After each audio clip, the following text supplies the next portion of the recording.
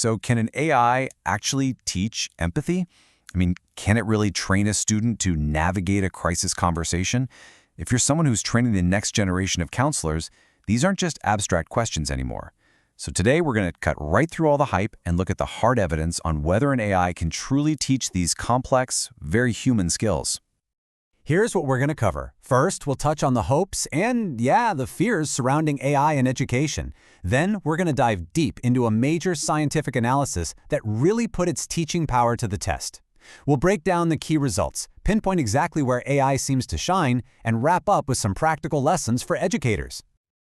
Okay, so let's get into it. The conversation about generative AI is, it's everywhere, and education is right smack in the middle of it. The potential feels absolutely massive, but, so do the risks. And that brings us to a really specific and, frankly, vital question, especially for those of you teaching our future counselors. Can a machine honestly help someone develop nuanced skills like active listening, or showing empathy, or handling a crisis? I mean, we're talking about something that goes way beyond just memorizing facts from a textbook.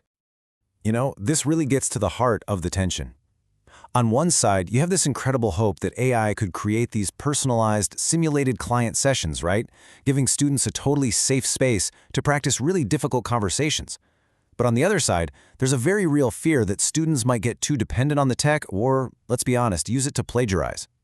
So what's really cool is that we can actually move past just debating all these hopes and fears. Researchers are putting AI to the test, and we're going to look at some hard evidence from a big 2025 meta-analysis. It focused on medical education, which has a ton of parallels to counseling.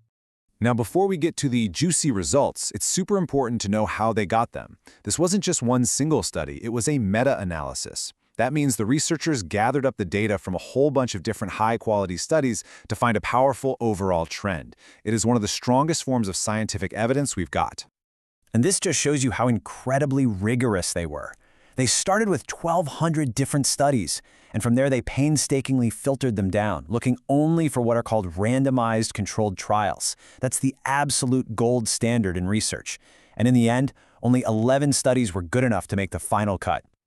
So across those 11 top-tier studies, the total number of people involved was 786 medical students. That's a really solid sample size, which gives us a great foundation for the conclusions they came to. So, what did all that data actually show? Okay, let's get to the main event. How did this generative AI-based teaching actually stack up against traditional human-led classes? The researchers looked at three key things: book smarts, practical skills, and of course, how happy the students were.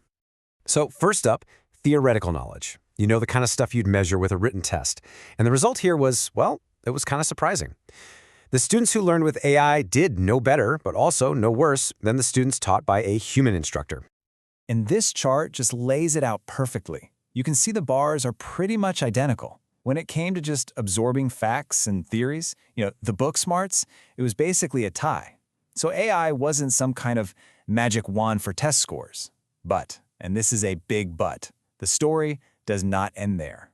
Because here is the kicker. When the researchers looked at practical, hands-on skills, the picture changed completely. The group that learned using generative AI scored significantly higher than the traditional group. I mean, just look at that difference. For any educator who is teaching a skill, whether that's a medical procedure or a counseling technique, this is a huge finding. It really seems like AI-based learning has a clear leg up when it comes to developing those real-world practical abilities. And there's one more piece to this puzzle. How did the students actually feel about it all? Well, the data shows that students in the AI group said they were way more satisfied with their learning experience. So they didn't just perform better on skills, they actually enjoyed the process more. But why, right? Why was AI so much better for skills but not for theory?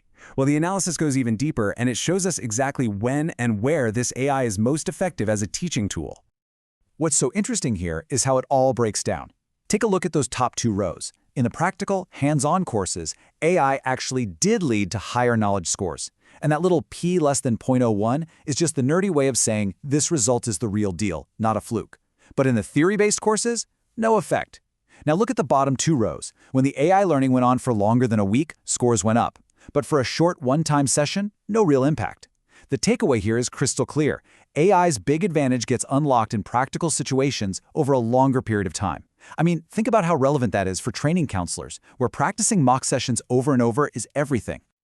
So, what does all of this mean for you, the educators who are training our next generation of counselors? Well, the evidence really points toward a very clear role for this technology. This quote from the study just sums it up perfectly. AI isn't here to replace the instructor. It's a powerful new tool in the toolbox, really. Something to support and boost what educators are already doing, especially when it comes to building skills. So this all kind of boils down to a pretty clear 4-part strategy. First, use AI to focus on skills practice, like simulated client intakes. Second, use it to let students practice those tough scenarios again and again with instant feedback. Third, make sure you integrate these tools over several weeks, not just in a single class. And finally, and this is crucial, remember the educator's role. You're the one who designs the scenarios, guides the learning, and leads that all-important debrief afterward. And that brings us to a final thought I want to leave you with. Based on all this evidence, it's really not a question of if AI can teach anymore, but how we can use it best. So, how could you use these tools to create safe, repeatable, and really effective simulations for the most challenging, most critical conversations your students will ever have? That right there is the next frontier.